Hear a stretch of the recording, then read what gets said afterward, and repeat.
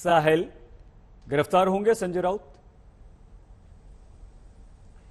देखिए, आज की स्थिति में तो पूरी ये संभावना बनी हुई है कि संजय राउत गिरफ्तार हो सकते हैं, क्योंकि उसके दो कारण साफ नजर आते हैं। एक, जो मैंने पहले कहा कि जो चार्जशीट फाइल हुई थी इस मामले में, पतरावाला चाल का ये मामला है, 1034 करोड़ रुपए का मामला ईडी के नजर से अगर हम देखें तो 1034 करोड़ का ये घोटाला है और उसका मनी लॉन्ड्रिंग का केस इन्फोर्समेंट डायरेक्टरेट इन्वेस्टिगेट कर रहा है। उसमें से 96 करोड़ रुपए, 96 करोड़ रुपीस प्रवीण राउत के पास आए थे, ऐसा ईडी का कहना है। और ये 96 करोड़ रुपीस वो जिस पर खर्च कर रहे थे या जिनके पास वो पैसे भेजे गए, उसमें से कई सारे पैसे भेजे गए, वो संजय राउत है, ऐसा ईडी का कहना है। दूसरा ईडी का ये कहना है कि प्रवीण राउत के फ्रंट ये संजय राउत थे। उसके बाद ईडी ये भी बात कहने की कोशिश कर रही है कि जिसे आमतौर पर जब गिरफ्तार किया जाता है किसी आरोपी को, तो कहा जाता है कि उन्होंने इन्वेस्टिगेशन में सहायता नहीं की और इसके वजह से हम उनकी गिरफ्तारी कर रहे हैं। और दूसरा एक कारण जो इस पे निकल कर आ रहा है, वो 28 जुलाई को इस मामले में गवाह है स्वप्ना पाटकर, जो संजय राउत के करीबी सुजीत पाटकर उनकी पत्नी रही है। उन्होंने एक खत ईडी को भेजा था और कहा था कि उन्हें किसी ने एक खत लिखा और कहा है कि उनको धमकी देने की कोशिश की है। उनका इशारा कहीं ना कहीं संजय राउत की तरफ था। उसके बाद उन्हें अभी पुलिस की सुरक्षा दी गई है। इसका आधार लेकर ईडी कह सकती है कि अब हमें उनको गिरफ्तार करना पड़ेगा।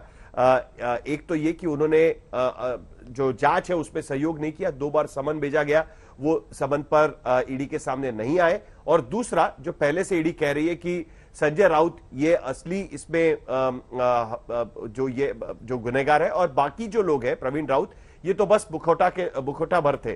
तो इस तरीके से वो ईडी उनके खिलाफ केस बनाने की कोशिश करी। और जिस तरीके से आज पूरा माहौल रहा, सुबह सुबह संजय राउत के घर पे ईडी का पहुंचना, जबकि संजय राउत ने उन्हें पहले से ही कहा था कि 7 अगस्त के बाद पार्लियामेंट का सेशन खत्म होने के बाद वो ईडी दफ्तर जाएंगे, लेकिन उससे पहले ही ईडी के अधिकारी उनके घर पहुंच गए। आज सुबह से जो पूरा ड्रामा चला, संजय राउत ने पहले उसको रेजिस्ट किया, कहा कि वो सांसद है, पार्लियामेंट का सेशन चल रहा है, इस बीच वो उन्हें डिटेन नहीं कर सकते, और आखिरकार वो उनके साथ जाने के लिए तैयार हुए।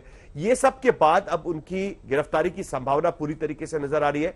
जैसे दिव्येश भी कह रहे थे कि कुछ कैश उनके घर से बरामद हुई है, 11.5 लाख की कैश बरामद हुई है। उसके बाद ये सारे अरेस्ट के ग्राउंड्स सेंट्रल एजेंसी जरूर बना सकती है और उसके तहत कार्रवाई भी आगे हो सकती है। आगे वो क्या कार्रवाई करेगी वो जरूर देखना पड़ेगा। सही, बहुत धन्यवाद आपका साहिल हमारे संवाददाता हमारे साथ थे। लेकिन दिव्येश, अब क्या हलचल है, क्या कुछ चल रहा है वहां पर? जी, आपको बता दें, संजय राउत करीब 3 घंटे हो चुके हैं और संजय राउत अभी भी ईडी के दफ्तर में हैं। अभी भी पूछताछ चल रही है। जो इन्वेस्टिगेटिंग ऑफिसर हैं वो उनसे सवाल पूछ रहे हैं। जो कैश मिला है उसके बारे में, 11.5 लाख करीब कैश उनके घर से बरामद हुआ आज के सर्च ऑपरेशन में। इसके अलावा जो पैसे उन्होंने 8 प्लॉट खरीदने के लिए अलीबाग में विक्रेता को दिए थे, कैश में दिए गए थे, वो पैसे भी विक्रेता का स्टेटमेंट ईडी ने रिकॉर्ड किया और उसने स्टेटमेंट में ये बात बताई थी कि उन्हें पैसे कैश में दिए थे संजय राउत ने। उस बारे में पूछताछ की जा रही है कि इतना सारा कैश आप लाए कहां से, इतना सारा कैश कहां से आ रहा था, ये कौन सी आय का पैसा था, कौन से बैंक से आपने विड्रॉ किया था। इन सारे सवालों का जवाब संजय राउत को देना होगा ईडी को। अगर वो सवालों का जवाब नहीं दे पाते हैं या सेटिस्फैक्ट्री जवाब नहीं देते हैं तो उसे नॉन कोऑपरेशन समझा जाएगा और जैसा कि साहिल अभी बता रहे थे, उन्हें अरेस्ट भी किया जा सकता है, उन्हें गिरफ्तार किया जा सकता है। सही।